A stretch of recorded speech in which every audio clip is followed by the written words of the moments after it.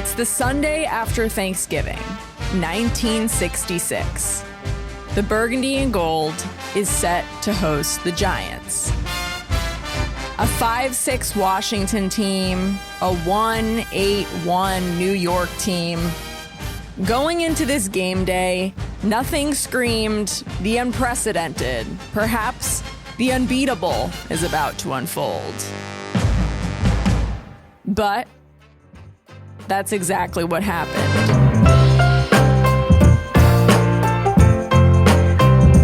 This is Hail Tales, stories from Washington football history, the NFL's highest scoring game.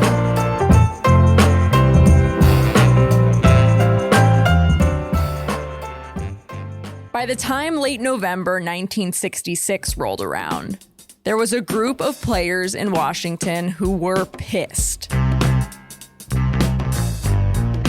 This matchup ahead against New York was specifically circled on their calendar. Hi, my name is Steve Thurlow. I was traded from the New York Giants to the Washington Redskins in 1966 in the middle of the season.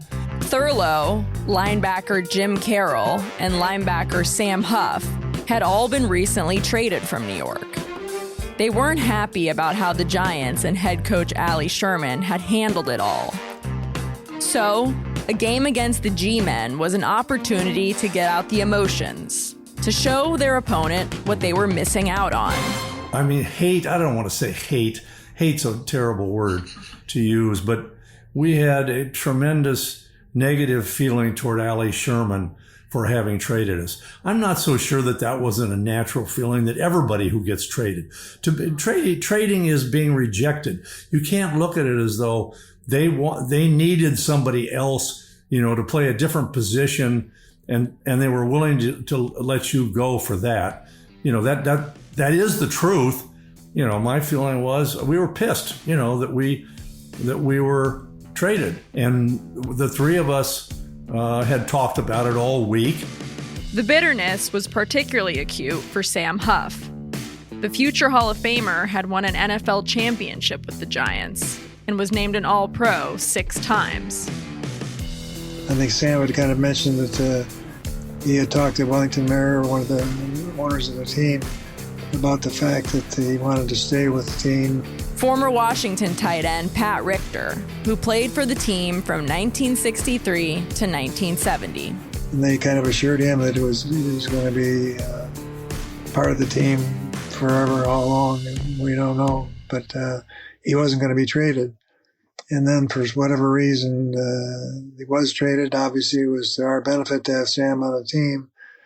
But he was probably looking at family situation and living out his career with the Giants, where he had been so successful for many years.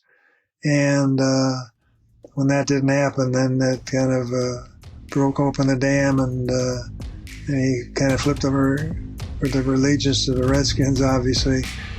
Huff Peppy. Sam Huff sprinted off the field after practice yesterday, like the young New York Giant linebacker he once was. Huff said, "The only thing that counts is what's on the scoreboard. If I could help beat the Giants 50-0, I would. Or any other team." Any other team? Well, I do have my preferences, he said mischievously.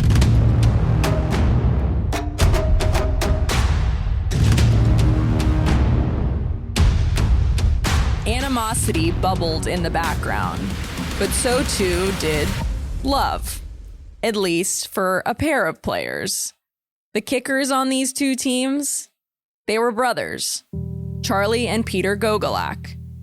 The journey to this point for these two was nothing short of remarkable. In the mid-1950s, the Gogolak family had risked their lives escaping Soviet-controlled Hungary. The harrowing experience was detailed by Charlie's son Steve for a college filmmaking course in the early 2000s.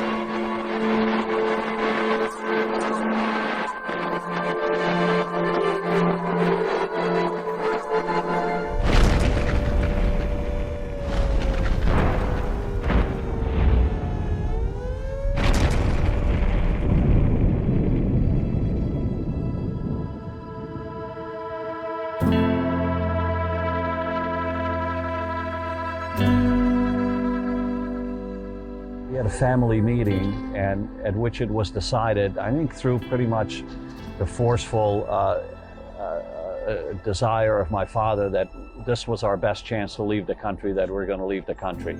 We had to pass a checkpoint, and I was sitting in the back seat of the car, and the person who drove the car, I did not know who that person was. And basically that person showed an ID, some kind of an ID. I thought that we were all cooked and done for when we came up to this checkpoint in front of the chain bridge. We were told that once we arrived in this little town, maybe about 15 miles inside Hungary from the Austrian border, we're going to go to this little house, and there's going to be a guide, somebody that's going to help us at night, in the middle of the night, take us across the border. And we finally got to where we heard German speaking, and it was Austrian soldiers or Austrian border guard on the other side. And when the sun was coming up, we arrived this little Austrian town. So we probably walked from, I would say, probably from 8:30, 9 o'clock at night till 6 in the morning, and stopped very, very seldom. So it was it was a hell of a trip. The Gogolaks eventually fled to and settled in the U.S. While in high school, Peter and Charlie, in the process of figuring out how to fit into American culture, were introduced to football. It started with older brother Peter. I went to see my first football game, and to my total amazement, I realized there's parts of the football game there's some kicking. I am not certain that he knew that there was a kicking aspect of the game. You know, football sounds like there's a foot involved someplace. Yeah. But other than that, I don't think he knew too much about it. I really didn't enjoy the game that much, but it was something to do, and I liked the exercise. I did like looking tough and putting the helmet on, the shoulder pads and everything else. When the coach was looking for, maybe a week before the first game, he said, we better find somebody to kick off. And so Peter went at the ball from an angle, which was absolutely natural, sort of a 45-degree type angle. The, quote, traditional way of kicking in American football had been the straight-on toe kick. The soccer-style kick, which Peter, then Charlie, showcased on high school fields in upstate New York, would go on to change the sport forever. What was special about it is that nobody had ever done it before. Charlie Gogolak in 2025. When in college, I kicked 6 field goals against Princeton, against Rutgers. People began to pay attention and said, hey, that must be a pretty good way to kick. Against a longtime rival, Rutgers, Princeton begins its 65 season at Palmer Stadium on September 25th. Highlight of the game is a modern field goal kicking record by Charlie Gogolak. Here he kicks 52 yards, the longest of his 6 against Rutgers. Princeton goes on to win the game 32-6 with the help of Charlie's field goal barrage. The pro football world took notice of the brothers. After a standout career at Cornell, Peter played 2 seasons with the Bills in the AFL before being poached by Giants owner Wellington Mara. Meanwhile, in the 1966 NFL Draft, Charlie became the first place kicker to be selected in the first round, as Washington took him with the 6th overall pick. Individual brilliance aside, the Gogolak brothers started their NFL careers on teams that were having a hard time.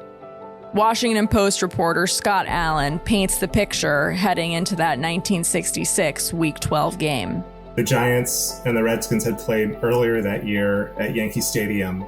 It was a very forgettable 13-10 Giants win. Washington blew a 10-0 lead. Neither team was an offensive juggernaut. Neither team was particularly good coming into the rematch. I think Washington was 5-6, their first year under coach Otto Graham. The Giants were in the midst of their worst season in franchise history. They'd finished 1-12-1, so their one win that season was against Washington, that 13-10 win that I mentioned.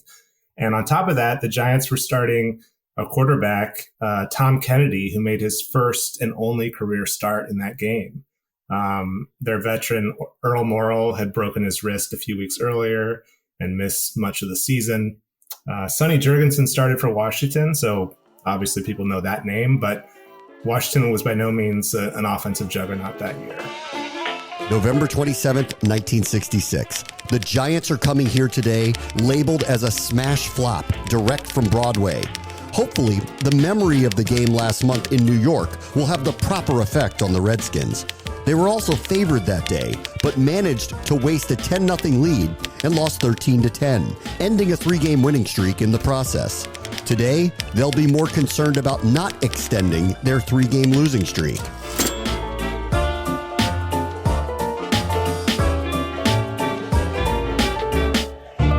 The New York Giants against the Washington Redskins.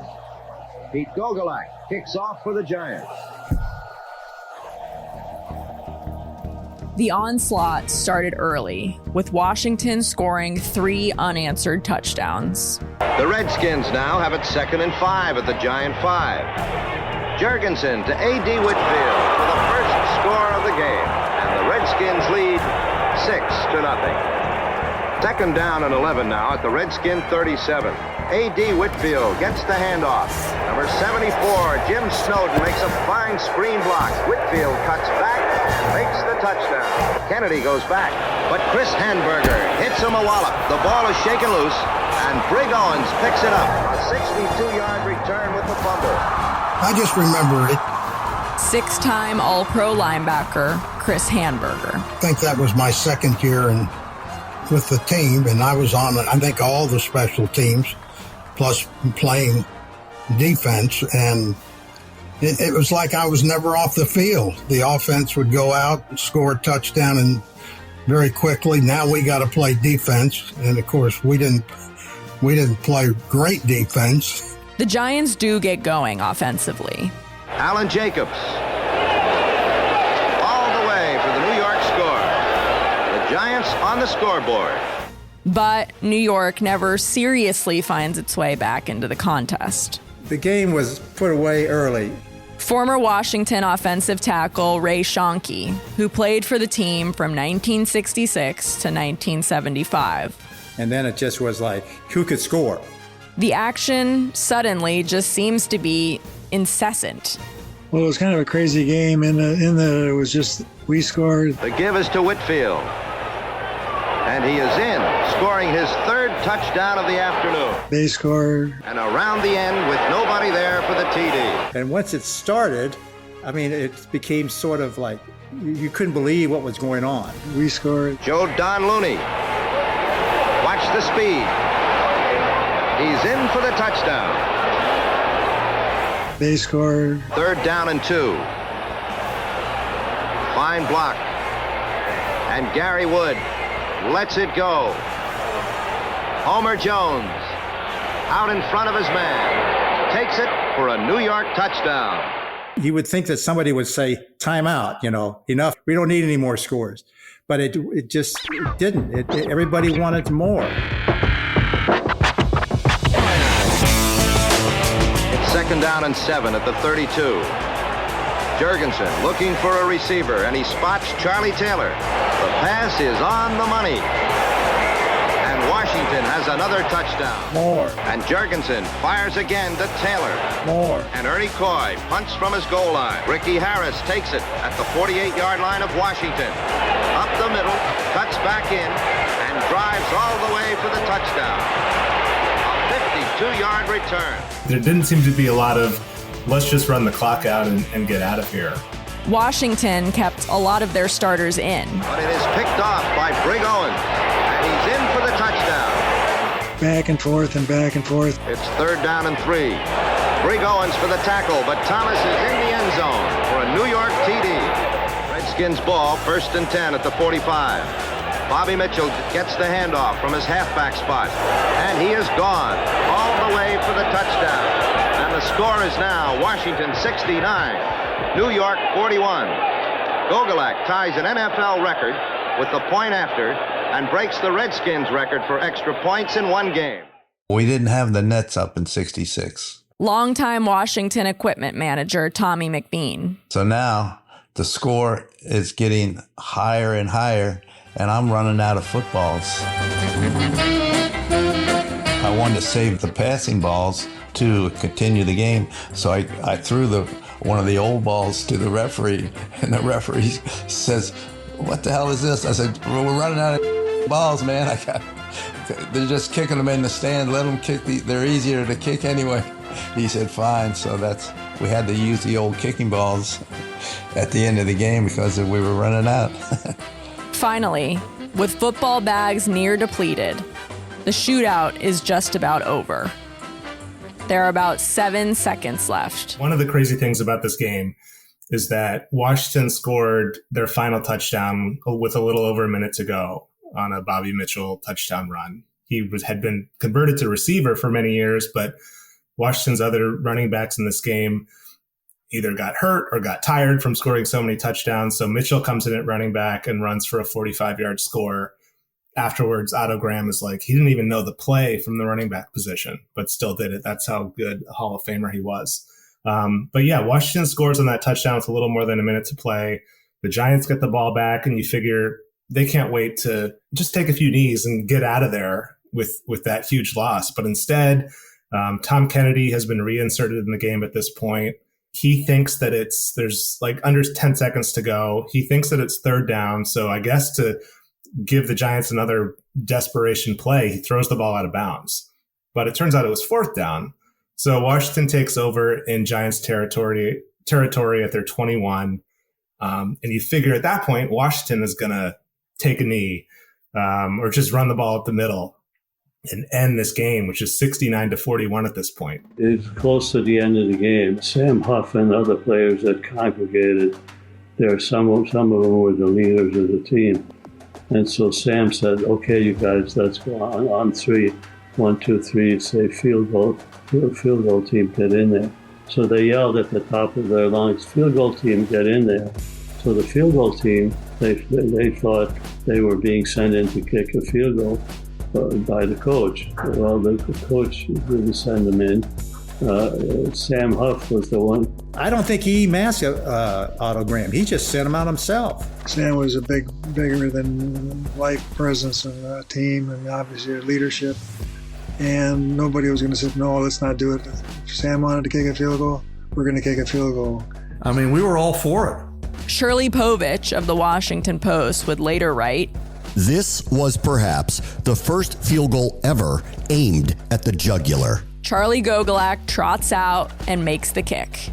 Another ball gone. I think the report was they lost 14 footballs, $315 worth of footballs, which was a lot back then. I guess they went for $22.50 a piece. 13 of those were lost on extra point attempts, and one was thrown away as part of a Brig Owens touchdown celebration. 52-yard return and a football in the stand.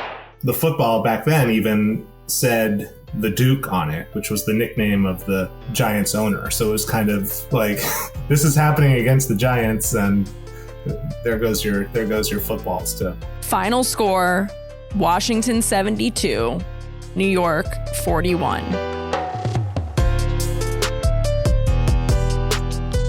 It was a great defensive battle, said Otto Graham with a wry smile. Graham, the winning coach, was being funny following a game that seemed hilarious to the capacity crowd of 50,439 and to the Redskins, but not the poor Giants. The players were happy, but probably the biggest winners of them all weren't even on the field.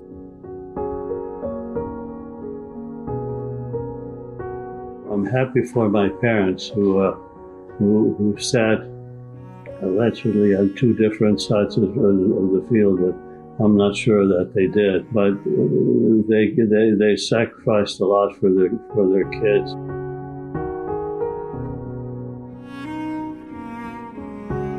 Can you imagine that if it's something new, a mother who escaped Hungary in 1956, and her sons are all of a sudden not just any place, but DC Stadium. That was a huge deal to have two of her sons involved in this game. And I, from a purist point of view, I was happy to win the game, and I would have been happy for Peter if his kick won the game. I could not root against my brother. When questioned by the reporters about the final field goal, Otto Graham insisted there were no nefarious intentions behind it. He wasn't trying to make history on that front. Hell no, Graham said. I didn't know anything about records. I wanted Gogolak to try a field goal. He hadn't had a chance all day, and he missed 2 against Cleveland last Sunday. I'm not one to run up a score on anyone. The field goal ensured Washington broke the record for most points scored by a team in a regular season game, a record that had been previously set by the Rams 16 years prior with 70 points. Washington's 1966 win over New York also holds the record for most combined points in an NFL game with 113. So many decades later, the question has to be asked. If these records haven't been broken by now, will they ever? It's highly unlikely because the idea is you want to win. You got a win column, and if you're ahead by 3 touchdowns, you don't need 4, you don't need 6 touchdowns to be ahead. And what you really want to do is be saving your team, particularly in today's background, because your playoffs are so important. Get to the playoffs, your team health is important, and so you're trying to hold down injuries. And back then, it wasn't that way. For a game in 1966 to still be the record for most combined points in an NFL game is crazy when you think about, almost 60 years later, when you think about just the offensive explosion, the way the game has changed in the years since. You know what they say, never say never. I think it's held up a long time, from 66 to 2025. So that's a lot of years for a record to stand. This episode of Hail Tales was narrated, produced, and researched by me, Hannah Lichtenstein, senior copywriter for the Washington Commanders. It was produced and edited by Jason Johnson. Additional editing by Nick Lianos. Executive producers are Ryan Yoakum and Kevin Klein. Additional voiceover help comes from Bram Weinstein. Graphics designed by Zach Osborne and Matt Cashman. Voting is now open for the 2025 People's Choice Podcast Awards. Vote now for Hail Tales for Best Historical Podcast. Go to podcastawards.com. Thank you to our guests for their contributions, and thank you for listening.